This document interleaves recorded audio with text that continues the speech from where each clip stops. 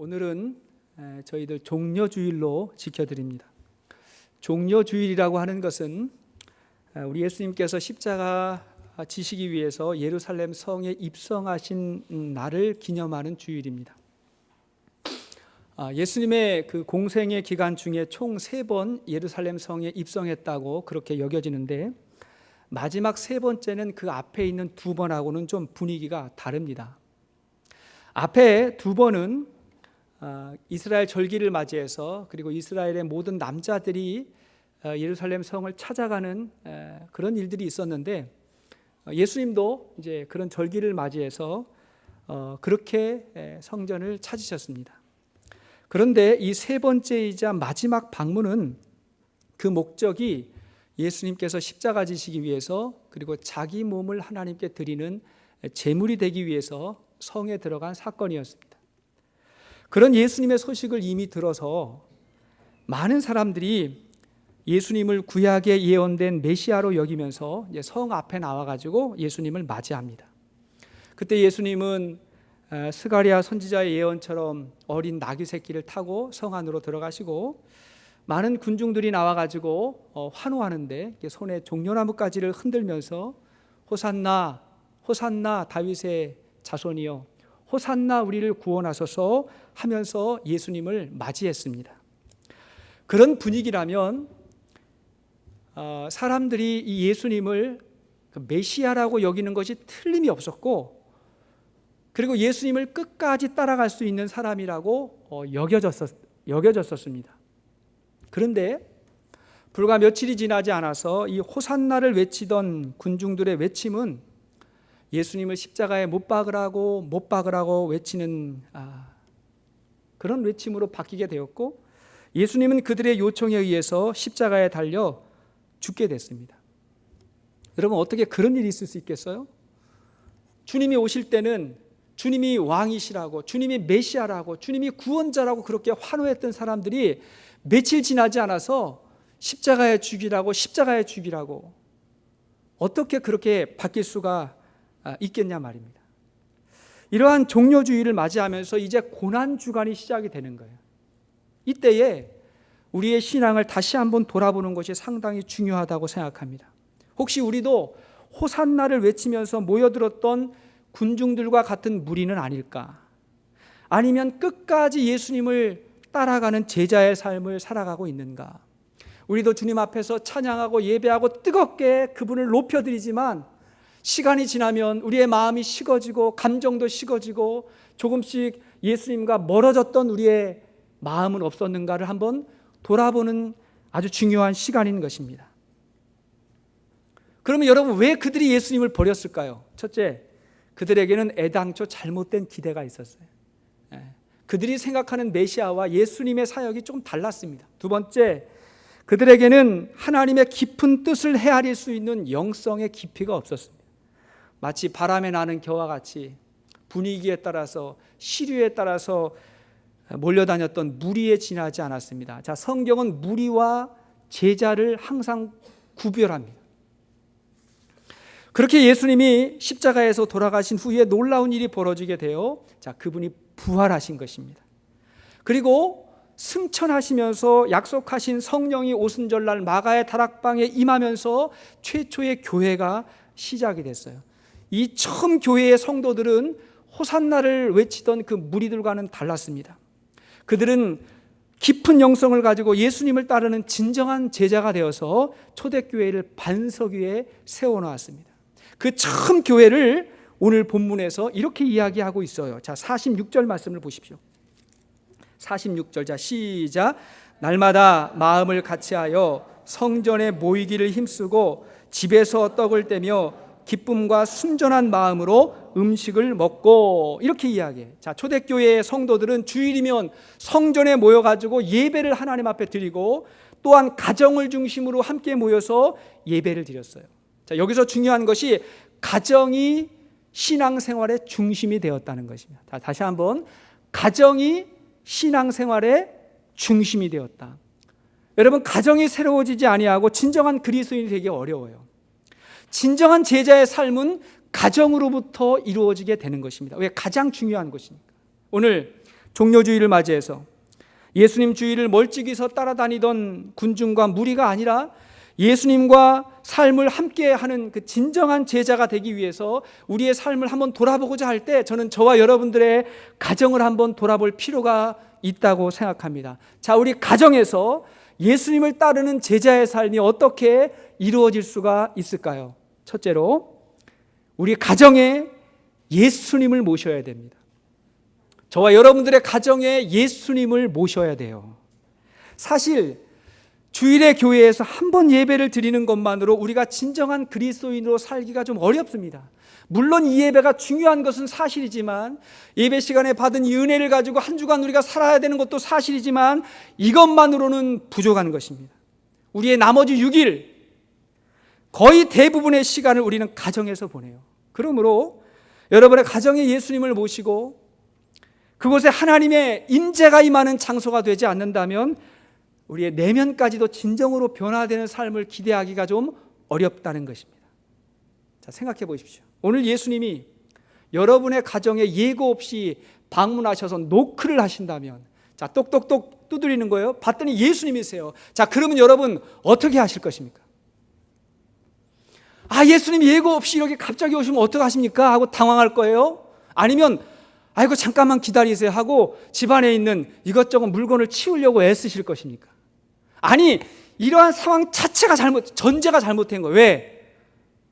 우리는 언제나 예수님이 우리와 함께 하시기를 기대하잖아요. 근데 예수님이 예고하고 우리에게 오셔야 됩니까? 예수님이 오시면 불편한 게 있어야 되는 것입니까? 그렇지 않은 거예요. 그분은 언제나 우리와 함께 하셨어요. 우리의 가정이 함께 하셨어요. 우리의 삶 가운데 함께 하셨어요. 그러므로 가정은 우리의 가장 개인적인 장소이고 또 프라이버시가 있는 곳이다. 딴 건 몰라도 여기는 내 장소다 라고 여길 것이 아니라 그 가장 중요한 그 장소에 예수님이 함께 하신다는 것을 기억할 때 우리의 삶의 중심을 그분께 내어드리게 되는 것입니다. 할렐루야. 굉장히 중요한 원리예요. 사실 초대교회는 거의 예외 없이 가정에서, 집에서 모였습니다. 집이 곧 예배의 처소였어요. 자, 마가 요한의 집에서 예루살렘 교회가 모였고, 루디아의 집에서 빌립보 교회가 시작이 됐고, 브리스가와 아굴라 집에서 에베소 교회가 시작이 됐고, 빌레몬의 집에서 골로새 교회가 시작이 됐어요. 자, 성경에 이야기하는 모든 교회는 다 집에서, 가정에서 시작되는 것입니다. 자, 빌레몬서 1장 1절 이하의 말씀 보십시오. 빌레몬서 1장 1절 이하의 말씀 시작. 그리스도 예수를 위하여 갇힌 자 된 바울과 및 형제 디모데는 우리의 사랑을 받는 자요 동역자인 빌레몬과 자매 아비아와 그와 함께 병사된 아키뽀와 내 집에 있는 교회에 편지하노니. 여기 내 집에 있는 교회, 빌레몬의 집입니다. 그게 교회예요. 근데 여기에 여러 사람의 이름이 언급되는데 여기에 언급된 모든 사람들이 빌레몬의 가족이었다고 학자들이 이야기합니다. 여기 자매 아비아 그랬는데 빌레몬의 아내입니다. 병사 아키포 그랬는데 빌레몬의 아들이었습니다. 그러니까 빌레몬은 그 가정 전체가 교회였고 모든 가족이 다 믿음의 사람이었고 자녀도 그리스도의 군사로 훌륭하게 잘 양육했던 것입니다. 사랑하는 여러분, 여러분의 가정에 예수님을 초청할 수 있어야 됩니다. 아니, 이미 예수님이 가 계세요. 할렐루야. 이미 계세요. 여러분의 가정에 온 가족이 함께 모여서 예배를 드릴 수 있어야 돼요. 또 더 나아가서 여러분의 집에서 우리 목장 식구들이 모여서 함께 예배 드릴 수 있어야 되는 것입니다. 물론 우리의 가정에 사람들이 찾아온다고 하는 게 여러 가지로 불편하고 또 번거로울 수도 있어요. 하지만 바꿔서 생각해 보십시오. 동시에 우리 가정이 하나님을 예배하는 예배의 처소가 되고 우리의 가정에서 기도하고 찬양하면서 하나님의 임재를 경험하고 서로 간의 친밀한 사랑과 교제를 경험할 수가 있다면 그 가정에서 살고 있는 그 가족들은 얼마나 귀한 축복을 받은 것이겠습니까? 그것 자체가 귀한 거예요. 그 복을 초대교회 성도들이 가정에서부터 다 받았던 것입니다. 두 번째, 자, 그렇게 우리 가정에 예수님을 초청한다면 두 번째, 가정의 분위기는 마음을 여는 나눔이 있어야 됩니다. 자, 마음을 여는 나눔이 있어야 돼요. 자, 오늘 본문 46절 말씀을 다시 보면 46절 시작할 때 보니까 날마다 마음을 같이하여 그랬죠. 날마다 마음을 같이하여로 시작돼서 마지막에 뭐라 그래요? 순전한 마음으로 음식을 먹었다. 여기 보니까 마음이라고 하는 말이 반복됩니다.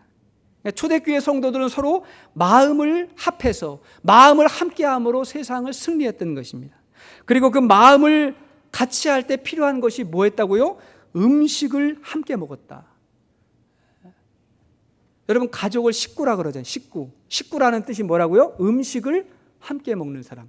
아무리 멀리 있는 사람도 같은 가정에서 같이 밥을 먹으면 뭐가 되는 것입니까? 식구가 되는 거예요. 그 식구, 가장 가까운 사람. 우리가 식사를 함께 할 수 있다고 하는 것은 가장 가까운 사람의 관계 속에서 벌어지게 되는 것입니다. 예전에는 우리 많은 한국의 가족들이 다 대가족이었잖아요. 할아버지도 계시고 자녀들도 있고, 그 대가족들이 온 가족이 함께 모여서 같이 밥을 먹었어요. 그러면서 하나가 됐던 거예요. 요즘에는 상황과 환경이 조금 어려워가지고 그게 어렵잖아요.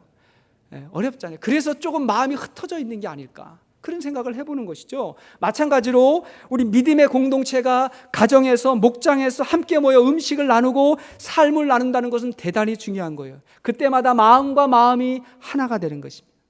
오늘날 마음이 우울하고 외롭고 힘들다고 하는 사람이 참 많아요. 그러면서도 삶의 모습을 보면 저마다 문을 꽁꽁 걸어 잠그고, 그리고 사람 만나는 걸 싫어해요. 그리고 불편해합니다. 그것을 사회 현상으로 고치화 현상이라 해요. 누에 고치. 그러니까 누에가 그 속에 들어가서 몸을 탁 이게 웅크리고 그 속에만 있는 것처럼, 오늘날 사람들이 아파트라고 하는 거대한 집 속에서 고치 속에 이렇게 들어가 있다는, 고치화. 모여 있는데 가만 보니까 그 속에만 있는 거예요. 그렇게 고치화 현상이 이루어지다가 그 결과가 뭐냐면 소외 현상이 되는 거예요. 소외.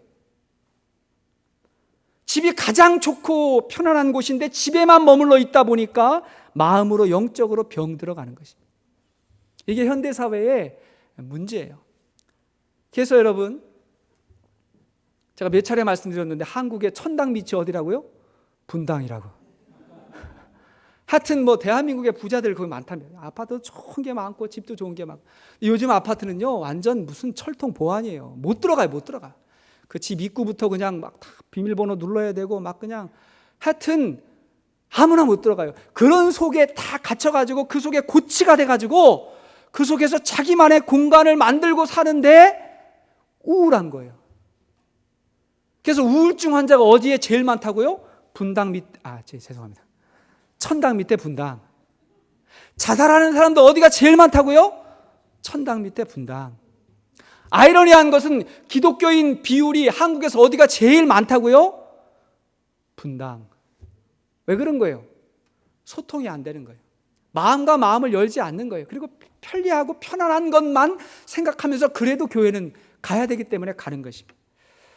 여러분, 소통하지 않으면 고통한다는 말을 기억하십시오. 따라하십시오. 소통하지 않으면 고통합니다. 이 시대의 가정과 교회와 사회의 문제는 결국 소통의 문제예요. 소통해야 됩니다. 어떤 가정에서 딸이 엄마에게 그랬대요. 엄마 나 힘들어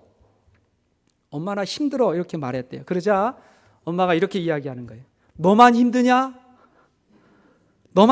지금 온 세상이 다 힘들어. 위기야. 힘들지 않은 사람이 어디 있냐? 그리고 엄마가 너만 했을 때는 10배는 더 힘들었다고. 다 견뎠다고. 네가 지금 삶이 너무 편해가지고 팔자가 좋아가지고 그러는 거야. 이렇게 이야기를 했대요. 그때부터 이 가정의 모든 대화가 다 막혀버렸어요. 마음과 마음이 다 막혀버렸대요. 엄마가 볼 때는 틀린 말은 아니에요. 그때하고 지금하고 어떻게 비유를 하겠습니까? 근데 틀린 말은 아니지만 그때부터 마음이 다 막혀버렸어요. 여러분, 이 어머니가 이렇게 이야기했다면 어땠을까요? 그래, 내가 정말 많이 힘들구나. 엄마가 자랄 때도 참 힘든 세상이었어. 근데 생각해보니까 지금도 복잡하고 스트레스가 참 많은 것 같아. 너 참 힘들겠다. 하지만 우리가 같이 한번 기도해보자. 엄마가 그랬듯이 너도 이길 수 있을 거야. 같이 한번 기도해보자. 항상 엄마가 너와 함께하고 있다는 것을 네가 기억해라. 이렇게 이야기했으면 어땠을까요, 여러분? 너무 교과서적인 정답입니까, 여러분? 마음을 주고받는 거예요. 목장에서도 마찬가지예요. 여러분 처음 교회 와가지고 이야기할 때 보면 우리 믿음이 성숙한 사람이 볼 때는 그렇게 대단하지 문제 아닌 것 같은데도 참 본인은 힘들고 어려울 때가 많잖아요. 그럴 때 정답을 이야기하려고 하지 말고 맞습니다. 참 어렵겠네요. 힘들겠네요. 그러면서 서로를 낮추어서 그리고 같이 기도하며 같이 마음을 나눌 때 거기에서 회복이 있는 것입니다. 사랑하는 여러분, 우리의 가정에 서로의 이 소통으로 말미암아 가정이 회복되고 우리 공동체가 믿음으로 말미암아 회복될 수 있는 축복이 있기를 바랍니다. 그렇게 먼저 성숙한 그리스도인들이 앞에서 끌어주고 뒤에서 밀어주면서 이 교회가, 이 공동체가 천국을 경험할 수 있는 그러한 신앙 공동체가 되는 것입니다. 세 번째, 그렇게 마음을 열었다면 세 번째, 말씀과 기도의 영성이 있어야 돼요. 우리 삶에 말씀과 기도가 있어야 됩니다. 우리가 서로 음식을 나누고 마음을 나누었다면 이제 우리 삶을 근본적으로 치유하시고 이끌어 가시는 하나님에게 해답을 찾아야 됩니다. 자, 오늘 본문이 시작되는 42절 말씀 보십시오. 42절 같이 읽겠습니다. 시작. 그들이 사도들의 가르침을 받아 서로 교제하고 떡을 떼며 오로지 기도하기를 힘쓰니라. 여기 보십시오. 사도의 가르침을 받아 서로 기도하기에 힘썼다. 결국 우리의 가족 간에 혹은 우리 목장들 간에 서로 말씀을 나누고 삶을 나누고 그리고 어떻게 해야 돼요? 기도해야 되는 것입니다. 기도해야 돼요.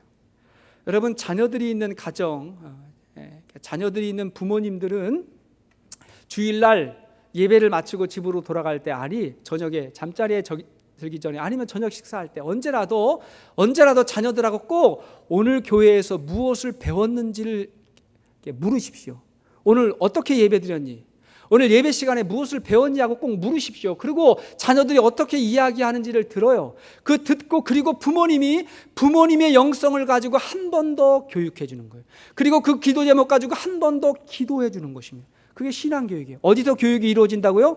가정에서 신앙이 이루어지고 그 부모님의 영성이 자녀들에게 그대로 이어지게 되는 거예요. 반드시 주일 저녁 시간에는 그런 시간을 가져야 되는 것입니다.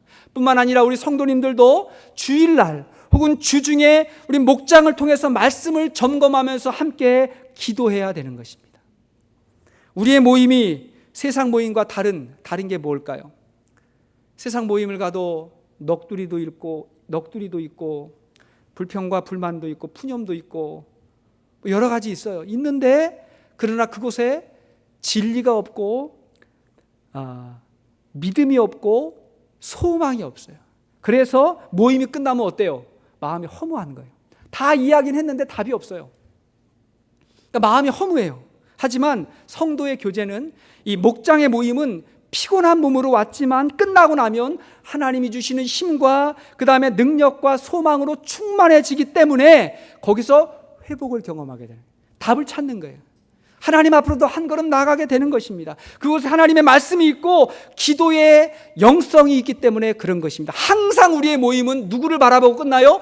하나님을 바라보고 믿음과 소망으로 끝나게 되는 것입니다. 그래서 발걸음이 가벼워요. 가볍습니다. 말씀의 결론을 내리려고 합니다. 이제 오늘부터 고난주간이 시작되고 내일부터 이 고난주간을 우리가 말씀과 기도와 금식으로 보내게 되는데, 고난주간에 기억해야 될 예수님의 말씀 가상 7언이라고 했어요. 십자가 위에서 주님이 7마디 하셨다. 그래서 가상 7언 가운데 요한복음 19장 27절 말씀 보면 이런 말씀이 있어요. 예수님이 십자가 위에서 돌아가시면서 마지막으로 몇 마디 하실 때 그 옆에 있는 제자 사도 요한에게 그 옆에 계시는 예수님의 육신의 어머니를 부탁하면서 뭐라고 이야기했냐면, 보라 내 어머니라, 이렇게 이야기하죠. 내 어머니라. 무엇이냐면 예수님이 당신은 돌아가시지만 남아있는 육신의 어머니를 누구에게 맡긴 거예요? 사도 요한에게 맡기고 이제부터 내 어머니라, 이렇게 말씀하셨어요. 그 예수님의 말씀을 들은 사도 요한은 평생 예수님의 육신의 어머니 마리아를 모시고 그를 섬겼어요. 잘 섬겼습니다. 그럼 왜 하필이면 예수님께서 요한에게 부탁했을까요? 이유가 있지 않을까요? 여기서부터는 추측입니다. 왜 요한에게 그 사명을 주셨을까? 아마 예수님의 제자 중에 요한이 제일 장수할 것이기 때문에, 요한은 한 90까지 살았으니까 굉장히 오래 살았어요. 다른 제자들은 좀 일찍 순교하고 죽고 그럽니다. 제일 오래 살 것이기 때문에 그래도 맡겼을 수도 있지만 바꿔서 생각하면 이 사명을 주시고 요한에게 장수의 복을 주려고 하셨을 수도 있어요. 성경에 뭐라 그래요? 부모에게 충성하고 효도하면 땅에서 장수하리라 그랬잖아요. 그러니까 요한에게 그 사명을 주고 요한이 오래 살 수 있는 복을 주셨을 수도 있고, 또 다른 측면으로 말하면 요한은 마음이 따뜻했어요. 요한은 감정이 풍부했어요. 요한은 사랑의 사도였어요. 그 요한에게 어머니를 맡길 때 가장 잘 돌보아 줄 거라고 생각했을 수도 있어요. 가장 적절했어요. 가장 적절했다. 자, 그렇다면 여러분, 우리는 우리의 가족들, 우리의 어머니, 우리의 자녀들, 우리의 배우자, 우리 가정의 미래를 여러분 누구에게 맡기시겠습니까? 누구예요? 예수님입니다. 따라합시다. 예수님. 우리 가정의 미래를 예수님에게 맡기는 거예요. 우리 인생의 주인이 예수님이듯이 우리 가정 예수님이 우리 집의 주인이 되시고 우리 집이 온 가족의 교회가 되어야 되는 것입니다. 할렐루야. 따라합시다. 예수님이 우리 집의 주인이시다. 예수님이 우리 집의 주인이세요. 주인이십니다. 그리고 우리 집이 온 가족의, 온 공동체의 교회가 되는 것입니다. 그것이 우리의 가정을 살리고 세상을 치유할 수 있는 가장 좋은 방법이며 우리가 진정한 예수님의 제자의 삶을 살아갈 수 있는 가장 좋은 방법인 것입니다. 살아가는 여러분, 무리입니까? 제자입니까? 만약에 제자라고 한다면 반드시 예수님을 여러분의 가정에 초청하십시오. 가정에 기도의 처소가 있어야 되고 가정에 말씀이 있어야 되고 그리고 그 가정의 사람들이 찾아가서 함께 예배 드릴 수 있는 그런 축복을 경험할 수 있기를 주의 이름으로 축원드립니다.